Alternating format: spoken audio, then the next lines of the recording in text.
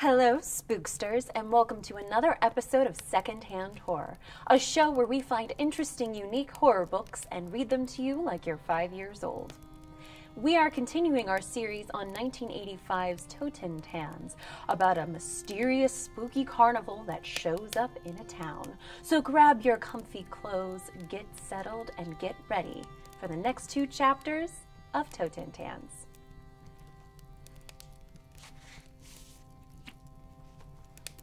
Chapter 7. Reggie felt someone's eyes on him. In the closet, with his comic collection spread around him, something cold settled on his neck. But when he turned, there was nothing to see. He brushed at his collar. The washing instruction labels on his shirts sometimes dug into the back of his neck and irritated it. But the label had been ripped out. A curl of cool air passed over him. Again, he turned from the closet to find nothing there. Even the window was closed, the air conditioner off, since the day had stayed so cool. I'm here.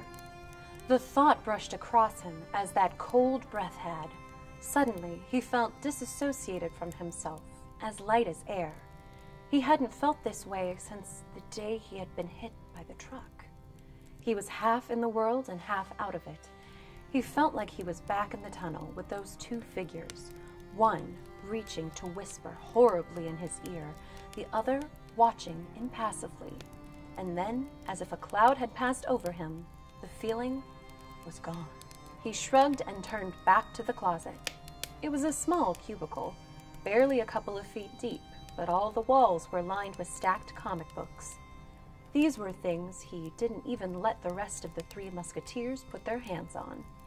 They were carefully arranged and cataloged, with big hand-lettered labels his mother had helped him with, after she had finished her calligraphy course and wanted to try it out, and they were stacked according to date. Knowing that the really expensive and famous comics were beyond him, and not really interested in them anyway, he had started gathering some of the more available, although weird, titles.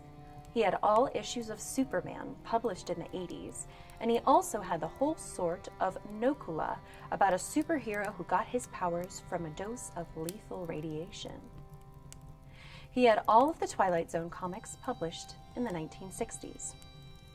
The thing that separated him from other collectors, though, and made him a blasphemer in most eyes, was that he actually read his comics. As far as he was concerned, he wasn't collecting so that someday he could unload the whole mess and make some money. He collected comics simply because he loved them. A lot of people didn't understand this, including Pup, who couldn't see the use in doing anything unless you got something out of it. He often asked Reggie why he was always taking his books out of their protective glassine bags and reading them. Junking them up was the way Pup put it, and Reggie couldn't make Pup understand that he did it because he loved them, not for what they were as possessions, but for what they were in themselves. There's great artwork in these books, and some of the stories are as good as the stuff you read in regular books. And the way it all goes together makes it like nothing else, he'd say. But Pup could give him that blank look, half put on, half serious, and Reggie would give up. Pup's problem was that he had too much, since his parents seemed to own half of Montvale, and he got anything he whined for. Too much, Reggie's mother always said, and no one had ever denied it. I'm here. Reggie was lifting the last 2 books from his toss-in box, where he threw them after he'd finished reading them, and where they waited for him to refile, when a cold hand slipped around his neck and tightened slightly before letting go. He gave a yell and jumped up, but there was no hand and no one there for it to be attached to. The feeling that he was back in the tunnel returned, and Reggie looked up to see, in the corner of the room, up near the ceiling, a pair of huge eyes staring at him. They gazed unblinking until they faded, like the Cheshire Cat, into the sharp corners of the ceiling, and nothing was there. I'm here. I'll be here, he heard, and then the feeling of disassociation disappeared, as if it had never been, and he was alone. A real shadow caught his eye at the window, moving from right to left against the pull-down shade over the air conditioner. Reggie stood dead and watched the shadow cross back from left to right. He dropped the 2 comics he had in his hand and walked to the window. For some reason, he was not afraid. The other presence was entirely gone. Whatever was behind the shade was something else. But the other thing, the eyes that had been with him, had left a feeling behind, a strength that stayed with him now. He lifted the shade in the window and screamed. There was a face pressed up against the glass. At first he thought it was his own face, distorted and beaten and old. Now he saw, as the face pulled back from the window, that it looked only a little bit like him. It looked more like his father had, only much older. And for a moment of hope and fear, he thought it might be his father, returning after 10 years to live with them again. But the face was much too old, lined with deep black crevices, and with pain sunk into the eyes so deep that the eyeballs were scarcely visible. But they could be seen, and when Reggie saw how brightly and desperately they burned within their deep, hurting wells, he cried out again. It was the face of a dead man, like something from his horror comics. The old man had stumbled back away from the window. He seemed as terrified of Reggie as Reggie was of him. The old man stared at him, his sunken, haunted eyes lit wildly. Reggie eased up on the window over the air conditioner, and as he did so, his pressing arm hit the on button. The air conditioner roared into life. The man outside moved backward and started to stumble away. Reggie threw the window all the way up. "You!" the old man croaked at him in a half voice. "Wait!" Reggie shouted. The old man gave a shrill, tiny scream. He held his hands in anguish to his head. "Flames!" he shouted. "The dream!" And then he suddenly turned as if pulled by an invisible magnet. He lurched away from the house, onto the sidewalk, and across the street. A car, honking its horn loudly, narrowly missed him, but the old man paid no heed, pushing off the hood and running on. His legs would not carry him as fast as he wanted to go, and he fell, rising and stumbling on. Reggie ran from his room, making it out onto the front lawn in time to see the old man disappear around the corner of the house, across the street. His cries faded. Reggie considered following him, but he saw that the old man had made a direct line for the amusement park. "I'm with you." Once more, a coldness enveloped Reggie. He looked up, expecting to see 2 huge, fading eyes glaring at him. But as quickly as the sensation came, it was gone. He was left staring at the brooding, girder-like visage of the amusement park. It looked reptilian. Another feeling gripped him, one of dread and foreboding, and a deeper kind of cold, with fingers that wanted to hold and squeeze him till he choked, enveloped him. Once again he saw before him a vision of Montvale in flames, the fire of Brugels, the triumph of death, a red landscape, and from the midst of the inferno a stick-like hand, covered in a black sleeve, held out to him. At the end of those fingers was the cold touch, the hurting one that sought to reach inside, and then the arm extended back to a body and a face, the face whispering, soothing him and pursing its lips, opening its mouth wide, telling him something secret for him alone as the flames and the cold mingled. He shook the vision off, ran into the house, and shut the door behind him. The house was cold. He went back into his room, but the chill was just as great there. The light was too harsh. He stared down at the pile of comics he had left. Now they looked like just a pile of newsprint, unimportant. They seemed trivial. A little boy's escaped reading. Like all the things in Pup's garage seemed trivial too. So it's real. Something is really happening. Reggie felt his heart harden a little. He had suddenly grown older. All of the things in his room, the horror books and models, and the masks hanging on the corners of the bedposts, were just toys. He hadn't imagined any of what had happened. It was all real. The only important thing of the room, the one thing that had any meaning at all, was the poster over his bed, the painting of Bruegel's Landscape of Death.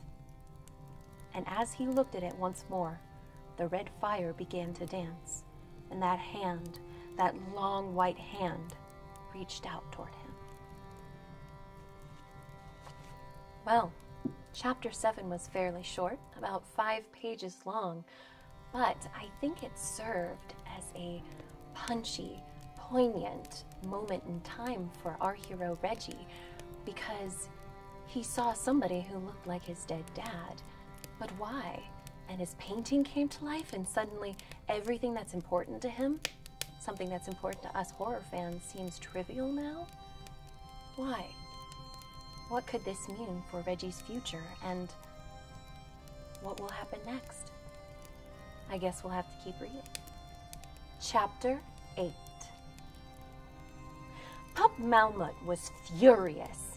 He had always known his parents were idiots, but now there was no doubt left. Ever since the age of 3, and probably even before, since he couldn't really remember beyond that, he had been able to get whatever he wanted out of them. Just by making a certain face or a certain noise, or, later on, just by making everyone around him so miserable that it was easier to serve than to punish him. And with the money his parents had, they could serve him a lot. He had more things than anybody he knew. 2 bicycles, a snowmobile for winter, and a pair of water skis for the summer. Most of these things he never used. It was the acquisition itself that gave him pleasure.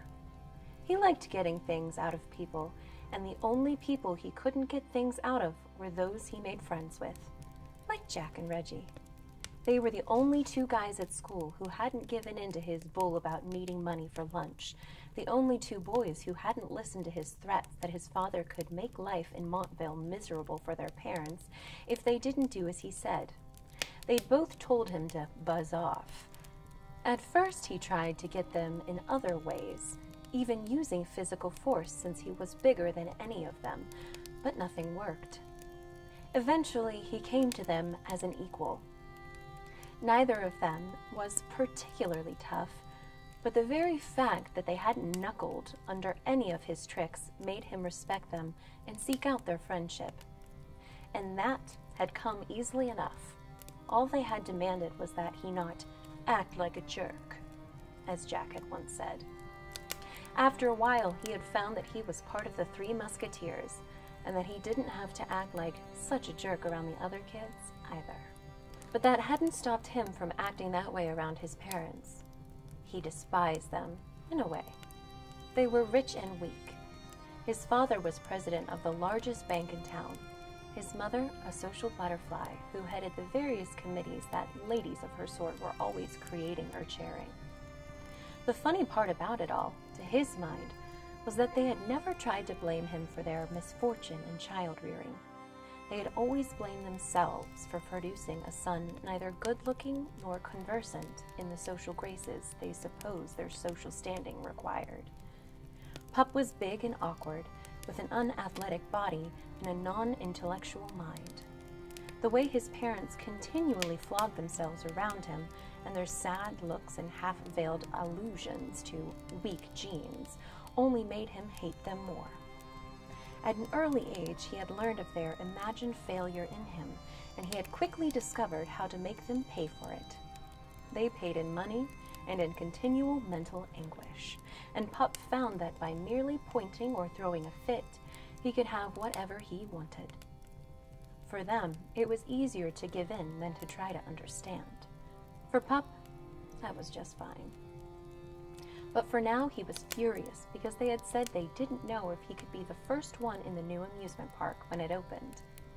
"You mean," Pup had shouted at his spotlessly dressed father, "that you don't control the damn thing?" "No," came the reply. "Well, I want to be first in there anyway," Pup had said. And then he had stopped into his room, slammed the door, and begun to brood. When Pup brooded, he did nasty things. Once, when he was 4 years old, His parents had told him that he had to get rid of a frog he had captured from Mailer's Pond and was keeping in a jar by his bed. They said it was dirty, that it would die in the house, and that he would have to get rid of it because they knew he wouldn't take care of it. Pup went into a rage. Before he went to bed, he screwed the lid of the jar on tight, plugging up the air holes he had put it in, and in the morning he had flushed the dead frog down the toilet. When he got home from school that day, he screamed and pounded on the floor, accusing his mother of destroying the frog while he was away. "You killed it! How could you?" he wailed, and his mother had stood by helpless, unable to understand what had happened to the frog and unable to calm down her son.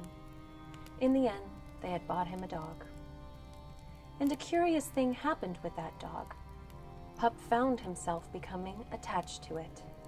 And now, nearly 10 years later, his dog Sprinkles, so named because the night his father had brought the puppy home, he had, with his typical lack of grace outside of business, held the dog so clumsily that it fell from his arms and into a bag of groceries, spilling a canister of chocolate sprinkles all over the floor.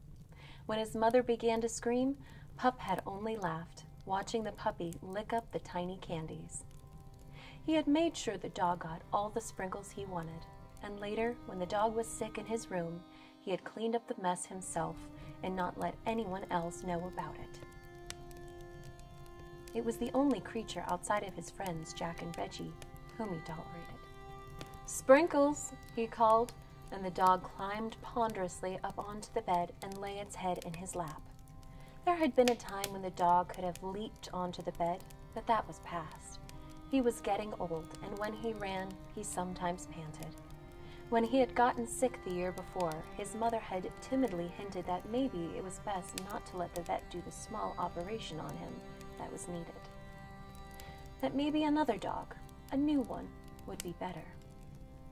After a few days of Pup's fight, she had begun to think differently, and the dog had been delivered home, patched but alive. There hadn't been any talk about another dog after that. The problem now, though, was what to do about the new amusement park. Pup wanted badly to be the first through the gates when it opened, wanted to parade himself and his two friends through all the exhibits and rides, maybe even get a private showing of all the equipment from the manager. But if his father was unable to arrange this, other plans had to be devised.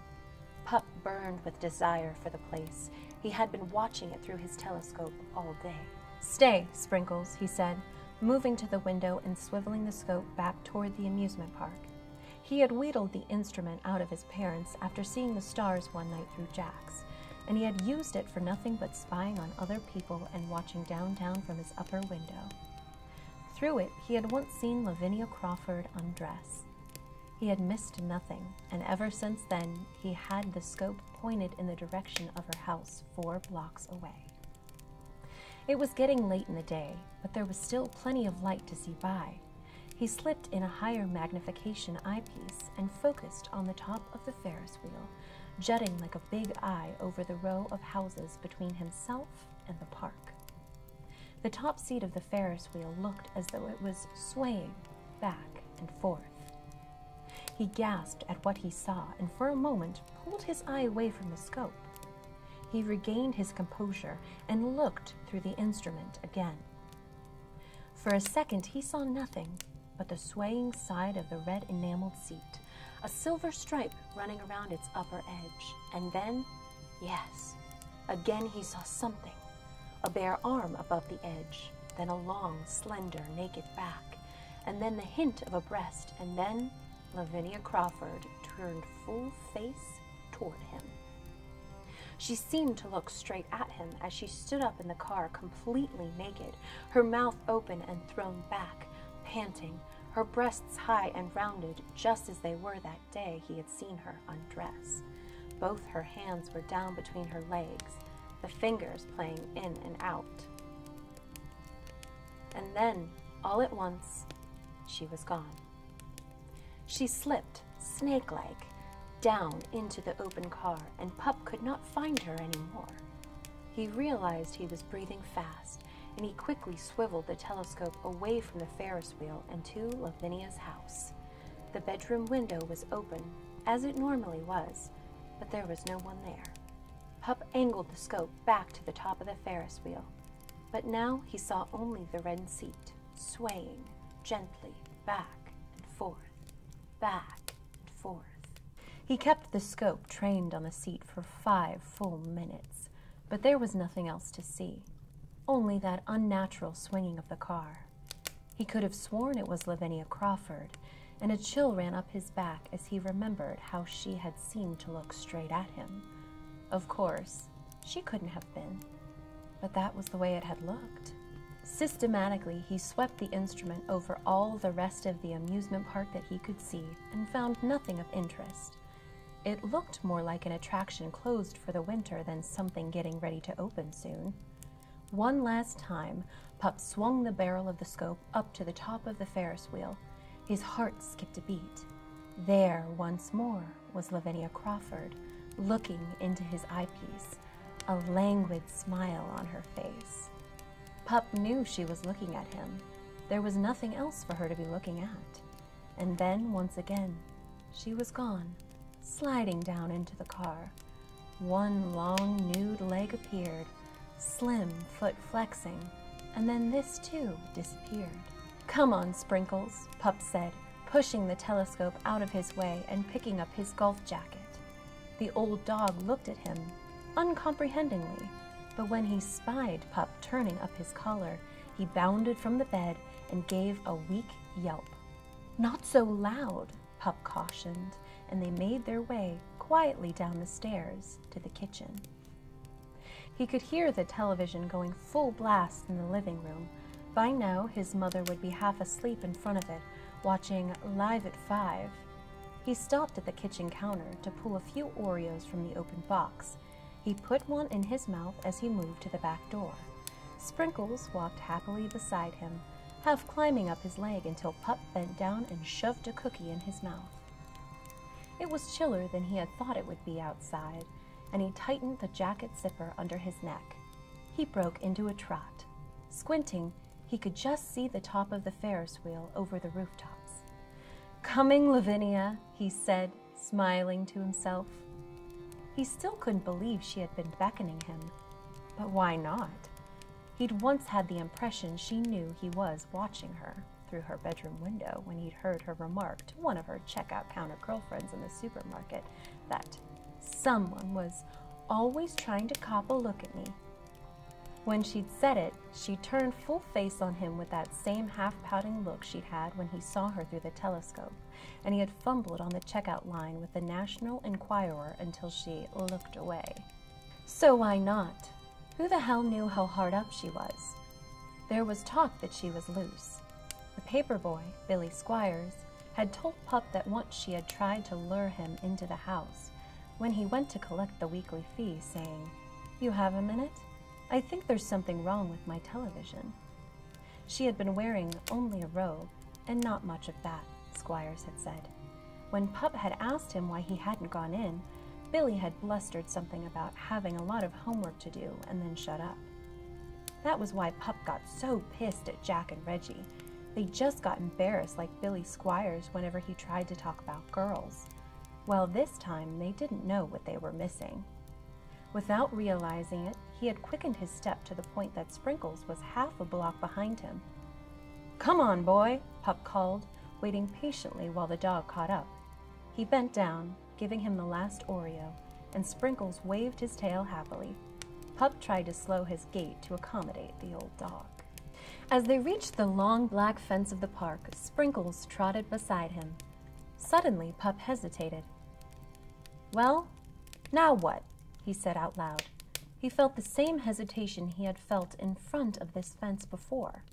He almost wished Jack and Reggie were with him, although there was no way he could share his knowledge about Lavinia with them. He valued their coolness in situations like this. He could always ditch them after they got inside, but at least they would help him get in if he told them how important it was. He pulled his collar even tighter around his neck and saw that Sprinkles was reacting to the same feeling that was washing over him: fear. maybe it wasn't a good idea, after all, to go snooping around in here. At least not now. Maybe Lavinia Crawford wasn't worth it. Then again, maybe she was. Ignoring Sprinkle's low growl, he hoisted himself halfway up the iron fence and immediately dropped back down. He saw a place where someone had made marks on the fence a little farther down the line. There were good footholds there, and it suddenly occurred to him with a rush of anticipation that maybe that was how Lavinia had gotten in. In a moment, he was up and over. Sprinkles was whining on the other side, and Pup thought of leaving him there, saying something like, "Good boy, I'll be right back." But the sad look on the dog's face made him change his mind, and the chill in the air made him want to have the dog with him. After some searching, he found a spot where the bottom of the iron grating was not quite flush with the earth, and by widening and deepening the depression at the bottom, he was able to pull Sprinkles underneath. The dog resisted. Pup cursed at him. Half in and half out, the dog decided to use his hind end to scrabble back out. "God damn it! Come on!" Pup shouted, and then, with a heave, the dog was inside. After a furtive look at the outside world, it brushed up against him. Part of Pup wanted to do a little snooping, but another part wanted to get right to the Ferris wheel and see if Lavinia Crawford was really there. And then there was a third part that made him feel uneasy just to be in the place. Soon, the third part grew stronger. Every step Pup took magnified his fear. Before long, he was moving as though someone were pushing him from behind. He had the feeling that he was being watched through a telescope. Sprinkles felt it too. The dog was glued to Pup's side, making angry noises in its throat and looking around furtively. The hair on its back stood nearly straight up. Every time Pup tried to brush the dog away, it pushed right back to his leg. And then Pup was at the base of the Ferris wheel. It loomed above, bigger even than the one in the park he'd made his father take him to once when he was younger, a park that had boasted the largest Ferris wheel within 300 miles. And there, at the top, gently swaying still, was the red car that held Lavinia Crawford. Vaguely, Pup wondered about how she had gotten up there and why, but these thoughts were pushed aside by his mounting excitement. There was a warm feeling spreading under his belt. Who cared how she got there? If she really wanted him, she could have him. Had he read enough and seen enough of his father's books, kept hidden under the storage shelves in the basement, he knew what he had to do. "Lavinia?" he called tentatively in an embarrassed whisper. The car stopped rocking. A thin, naked figure stood up and looked down at him. He wished he had his binoculars with him, but he could have sworn she had blown him a kiss. She leaned over, her breasts clearly visible, and then she stepped back and was lost to view. A hidden engine whirred into motion, and the Ferris wheel began, ponderously, to turn. The car with Lavinia in it crawled down toward him. Sprinkles reared back on his haunches, growling, but Pup ignored him. His eyes were transfixed on the red carriage, arsing inevitably toward him. The warmth below his belt became a tight, hard excitement. "Reggie and Jack, you don't know what you're missing." A shiver passed across the back of Pup's neck. It was as though a hand had touched him lightly, a hand that had been held in ice water. He was filling with wild panic. What am I doing here? For the briefest time, reality returned to him. There was no logic in all of this. That couldn't be Lavinia Crawford in the red car. Lavinia might be a cock tease, but basically, she was a scatterbrain. She almost never went anywhere without one of her plain-faced girlfriends, carefully chosen so that she would look better next to them, and also for protection. Pup had once heard from a high school senior that Lavinia liked to show off, but that she never gave anything out.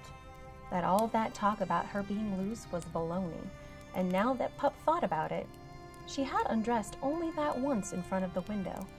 She left the shade up for him, but never did anything in front of it.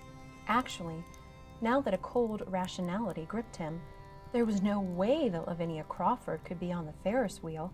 That icy tingle touched his back again, and Pup whirled around. There was no one behind him, but he knew someone had touched him, that same someone who was watching him through a telescope. Pup was a jerk, and he knew it. He had come alone to a place that gave everyone the creeps, with only an old, scared, and useless dog for protection. This place, he saw now, was as creepy as any of the stories Reggie told in the churchyard, or that he had in those treasured comics he kept locked in his closet. Sprinkles whined loudly. "Be quiet," Pup said, and then he turned back to the Ferris wheel. The red car was more than halfway down. A slim hand trailed over the railing, then was gone. Pup's excitement overtook his reason. Maybe it wasn't Lavinia Crawford in there, but it was a naked girl anyway. Then, cold panic, as if switched back on, took hold of him again, and he decided not to wait to see what happened. He backed away briskly, moving toward the distant iron fence. He was 50 yards from the Ferris wheel when he realized that Sprinkles was not with him. The fool dog was lagging behind again. He called sharply, but there was no answer. And when he looked back, the dog seemed to have disappeared. "Damn," he muttered, and began to make his way back. He tried not to look at the Ferris wheel. Something was building here, something greater than the electricity in the air when his parents had one of their frequent fights over him, blaming each other for the way he was. That same kind of crackle was here. Maybe that was what he had felt on the back of his neck. "Sprinkles!" he called, but there was no reply. Usually the dog at least answered him with a tepid bark. Maybe he had to take a leak. That seemed to be about all he did anymore, and he would look for a proper place to do it. Pup thought he spied the dog inside the low retaining wall housing the Ferris wheel, his leg lifted next to the control box. But when Pup got close, he saw that what he had seen was only a painted cutout of a rabbit, part of the control box itself. The rabbit had a happy look on its face, but the eyes weren't painted right. They were too large. The rabbit was smiling cutely, like the rabbits painted on Easter egg boxes, but the eyes looked 5 times too big. Pup tried to turn away to look for Sprinkles elsewhere, but he was unable to take his eyes off the rabbit. The eyes were looking at him intelligently. Now they were even bigger. Were these the eyes he had felt were watching him through the telescope? He didn't know. Then the huge eyes were gone, and there was only the sweetly smiling face of an Easter bunny looking at him flatly. "Hello, Pup," someone said from a place to his right. Pup couldn't think. His vision blurred. A small part of his foggy mind almost laughed because he was seeing like one of those movie lenses that they smear with the Vaseline. The outer edges fuzzy, and the inner parts sharper, though still indistinct. He couldn't remember. Had he been looking at the sun? In science class, Mr. Weiss had once yelled at him not to look at the sun during an upcoming eclipse. They could focus on the eclipse on white paper, but they shouldn't look at the sun directly because it would burn out their retinas. Had he looked at the sun and burned out his retinas? No, he hadn't looked at the sun. He had been looking at the rabbit. If he remembered correctly, he thought that burning out your retinas meant that you would be blind in the center of your eyes, but could still see things around the edges. That warning had scared the whole class into not looking at the sun during the eclipse and had convinced Pup not to bother with the eclipse at all. He had gotten Jack to help him with his report, and since Jack had had his telescope taking pictures of things, Pup was able to wheedle one of the pictures out of him and had gotten an A. But where was the rabbit he had been looking at? And where was Sprinkles? Everything was fuzzy. The rabbit was gone. Should he call the rabbit? Should he call Sprinkles? "Sprinkles," he tried to say, and found that his mouth wasn't working very well either. It came out sounding like "Spinky." Was that him who had said, "Hello, Pup"? Why would he say his own name? There was really something wrong with him. That wasn't his voice, was it? "Pup," the voice said again, Now he knew he hadn't said it. It was a smooth kind of voice, low and almost sexy.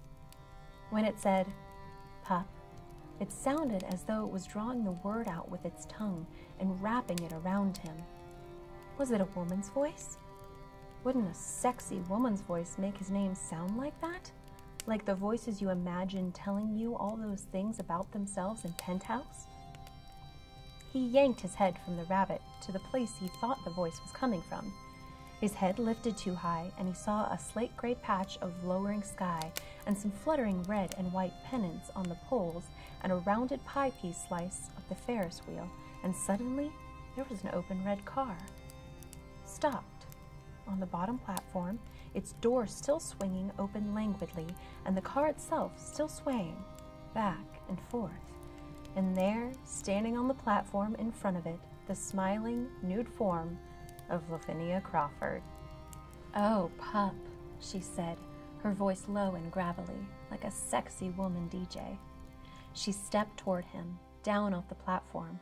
Pup watched her bare foot as she did this small liquid act, and then his eyes swung up to her smiling face again, and down to her perfectly round breasts, and the move of her hips.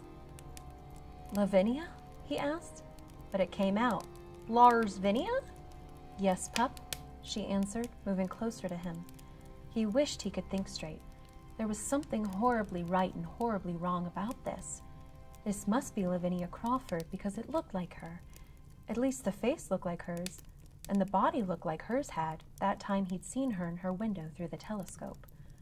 But how could it be? How did she get here? How did she know he would come to her? Did she really want his ugly body? She was no slut. Was it because he had seen her that time and she knew it? That happened in the books his father kept hidden, so it must happen in real life. But could it happen to him? Why not? She was so close now that he could smell her odor, and then, even in his confusion, a terror seized him again. Why didn't she smell good? He thought she should smell like perfume, or at least like his mother did. His mother always smelled like rose water. Not like this. This was the worst body odor he had ever encountered, like sewage. He couldn't see her face now. It was as though someone had rubbed Vaseline all over the lens of his eyes. "I want you," Lavinia purred, and Pup stumbled away from her. This wasn't right. She smelled wrong. He turned and tried to run. He was half blind. He tried to rub at his eyes to get the Vaseline off, but he suddenly didn't know where his hands were. He couldn't feel them. Someone else's hands were on him now. He strained his eyes desperately and saw the inflated face of Lavinia only inches from his face. The disgusting odor swept over him again. He felt her hard nipples rub against his jacket, and her voice was in his ear. "I want you, Pup. Lie on me." She was groping at him, at his pants. He kicked wildly, trying to escape her smell, and then he had power over his hands again. He used them to push her off. She drifted away from him, and he heard the click of the door to the Ferris wheel car. He rubbed at his eyes, as though he were rubbing Vaseline away. They began to clear, and then his head cleared, and he was standing at the entrance gate to the Ferris wheel, facing the wooden platform and watching the hypnotically swaying red car. There was still an unreleased tightness in his pants. "Don't like the smell of sex, Pup?" someone said behind him. It wasn't Lavinia's voice. It was low and smooth, and it held no question in it. It was the voice darkness would have. Pup turned and saw a figure, more the essence of a shadow than a solid form, a shadow separated from what it reflects, leaving only the darkness that it represents. A shadow by itself would be a frightening thing, an unbalanced and spectral monstrosity, a whole outside of nature with only nature in its continual balance to define and outline it. But this thing was more. It had a mouth and eyes and two hands, and a smile that was the inverse of a smile. In one hand, it held a cigarette, a long black thing, itself made of seeming shadow, and when it lifted to its lips, it blew black smoke and subtracted from the air rather than add to it. In its other hand, the shadow held Sprinkles by the neck in something more than a nape hold, painfully as though the dog were only a feather. Pup was mesmerized. With a fluid motion, the shadow threw down its cigarette, at the same time blowing out its last smoke. It reached under its short coat and drew out something with a smooth black handle and a long gem-like blade. It resembled an elongated diamond, too sharp to hold. There came a noise from the Ferris wheel. Pup looked to see the door to the red car swing open as a weight from the inside pushed it out. There was a hand there, made of white bone, and as it spilled out, it was followed by a skeleton arm, and then a skull and the rest of a bony body that fell into a broken heap on the wooden platform. Inside the car, Pup saw stains, red and gray and white, and there was a puddle of something on the floor of the car that looked as though it might tilt out onto the platform. "Not to worry, Pup," the Shadow Man said. "That wasn't the real Lavinia Crawford." As if on cue, the pile of bones, the stains in the car, all of them melted into nothingness and disappeared. "You can have the real Lavinia later if you want. But isn't there something better than sex, Pup? Isn't there something you always knew was better than sex?" The Shadow's grip tightened on the dog. Sprinkles whined sorrowfully way back in his throat, and his brown eyes, through a hollow haze of pain, beseeched Pup as if he knew what was about to happen. "No," Pup said, but the words stopped in his mouth even before the Shadow's free hands started a long sweep up and then down, carrying the long white blade across Sprinkles' throat. The dog howled once, an empty sound that broke into a shallow, wheezing gurgle. He went stiff and straight, and then after a moment, slack, and as the pool of the deepest red Pup had ever seen gathered below the dog, the Shadow Man dropped Sprinkles into it. "Isn't there something better?" the Dark Man said, and Pup, as though a door had opened for him with the man's words, a huge door leading into an infinitely long corridor, pitch black as night and angling always down, felt the long tension below his belt break in a spreading wetness. And something like a peace came over him, something like the blissful calm after a long and mightily fought storm, as the Dark Man turned away and he followed. Well, I figured that would happen with Pup. He seemed like the kind of character who would just sort of give in to the darkness, be selfish enough, have enough of a reason to do something he shouldn't. But the hardest part is always having an innocent, loving dog. That was super hard to read. I'm kind of holding back a little bit of tears right now.